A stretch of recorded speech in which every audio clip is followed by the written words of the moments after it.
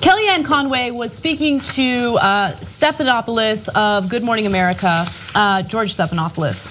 And during that conversation, she was pretty outraged at the fact that the media is harping on these tweets that Trump sent out in regard to Mika Brzezinski. Now, he's been criticized for those tweets saying that they're misogynistic and sexist, but Kellyanne Conway doesn't think so. She thinks something else hurts women. Take a look.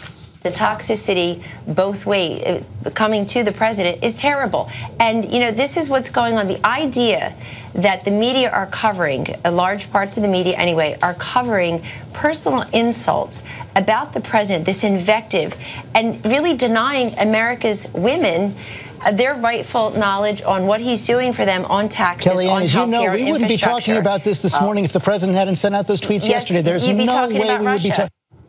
All right. So that last point was a good one by Kellyanne Conway, but yes. So I like the Freudian slip she had in the very beginning where she said the toxicity from both Democrats or whatever it is she said, right? Yeah. So that was a great Freudian slip. But I do want to quickly comment on this notion that we should be talking about his tax plan because his tax plan would help women. And so let's just focus on that, right? Now it's interesting because Stephanopoulos' response to that was, well, he hasn't made a tax proposal. But he has. We covered it on the show. Back in April, he rolled out a tax proposal that would actually significantly harm some women, specifically single mothers. The tax hikes would hit single parents and large families, would result from Trump's plan to eliminate the personal exemption and the head of household filing status. The features of the tax code have enabled many Americans to reduce their taxable income. So roughly 7.9 million families with children would pay higher taxes under his proposals. About 5.8 million are led by single parents, an additional 2.1 million are married couples. And by the way, his tax plan would, for those who would experience less taxes, of course, the middle class, if they're lucky enough to experience this because they have the right family structure, would get about a 1.8 increase in their after-tax income. But for the wealthiest Americans, it would be a 13.5% increase. But who cares about those single mothers who are getting hurt? Oh, do you want us to talk about that, Kellyanne Conway? How much he's helping women? Yes, I mean, again, at 13.5%. I mean, you make $1 million a year, right? That you don't even come close to being among the richest Americans if you're making $1 million. You're depending. I'm just saying, you're not uber wealthy, right? Especially if it's a salary and you don't have wealth accumulated already. It's $135,000. That's a ton of money. Right, there's a gigantic tax break for someone who almost certainly doesn't need it. So. Stephanopoulos, of course, was referring to the fact that they have not proposed legislation yet, but Anna's right that Trump himself has a plan, and when you look at that plan, he's not in favor of tax cuts. So Republicans will always say, hey, we want tax cuts. That's not true. They only want tax cuts basically that go to the rich, or predominantly go to the rich. When it comes to lower income people, it's tax increases. I mean, it is redistributing income, but we would think maniacally, but to them they think, yeah, why do you think I put all these, as he was bragging about the other day, I put all these millionaires and billionaires into my cabinet. I don't want poor people in government. That's what he said. So to them it's not maniacal. They're like, we won the election, so we're gonna take all the money and you're gonna pay more. That's why we won. What did you think we were gonna be for the poor and the middle class, you schmucks? Kellyanne, would you like us to continue talking about policy? Because we're gonna do this all day long. So on the issue of who's bringing up what? Like there's another article today in Mediaite from Joe Bellello, who, here's the headline: President Trump deserves credit for taking on bullies like Mika Brzezinski. She's a bully. Yeah. That's what I've always thought about. Yeah, because you remember when she talked about how he was bleeding from the face? Yeah. and et cetera.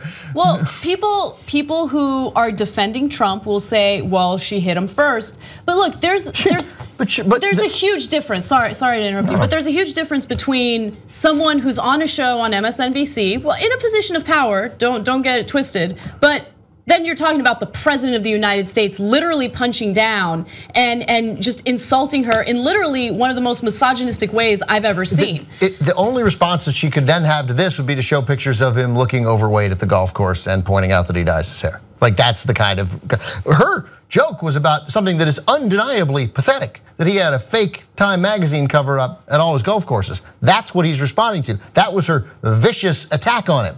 Someone who, look, you want to mock up one-time magazine cover because you've never been on the cover of. So if you've been on the cover of Time, you can't then make up a fake cover of Time. It ceases being funny at all, right? He wasn't trying. Look at Muhammad Ali. It was on 5 times. I made a 6th. Isn't this awesome? Sports Illustrated. Ha ha ha. No, man.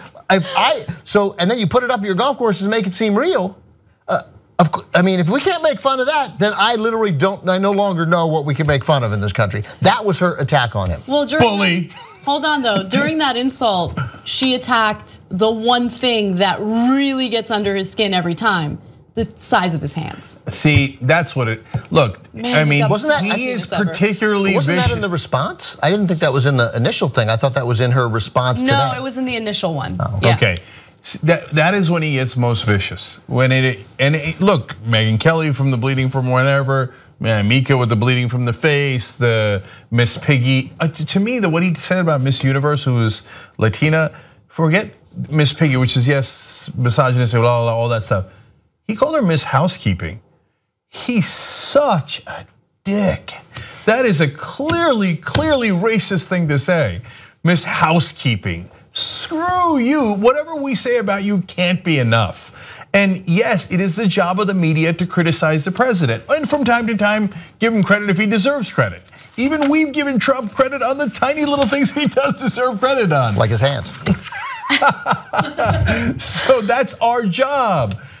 As the president, you're supposed to have a bigger job and not worry about a morning show, a zany morning zoo on MSNBC or whatever it is, and just go on and actually read one of your damn presidential daily briefings. Yeah. So you know what the hell's going on in the world. Or, I mean, you wanted 90 days to really take a look at our vetting process for tourists and people seeking asylum. Those 90 days were up a long time ago. What happened? Did you find out what the hell is going on? No, because he's literally sitting there watching cable news and then waiting till 4 in the morning to tweet like he's a child. That's what he's doing. If anything, if you are a Republican who doesn't care about this story, this doesn't persuade you in any way, the one thing that should persuade you is that he is accomplishing absolutely nothing. He hasn't done anything for you. He hasn't succeeded in any way. The only thing that he's done is sign a bunch of executive orders, many of which have been challenged in the courts, right? But other than that, what has he done? Has he built the wall and gotten Mexico to pay for it? No. Has he actually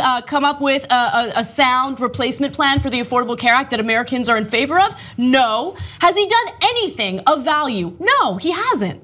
Membership helps fund the Young Turks. You know one great thing about that? That means we're not accountable to anyone but you guys. That's why we're strong together, because we built this show around you. Come build it even bigger and better at tytnetwork.com/join.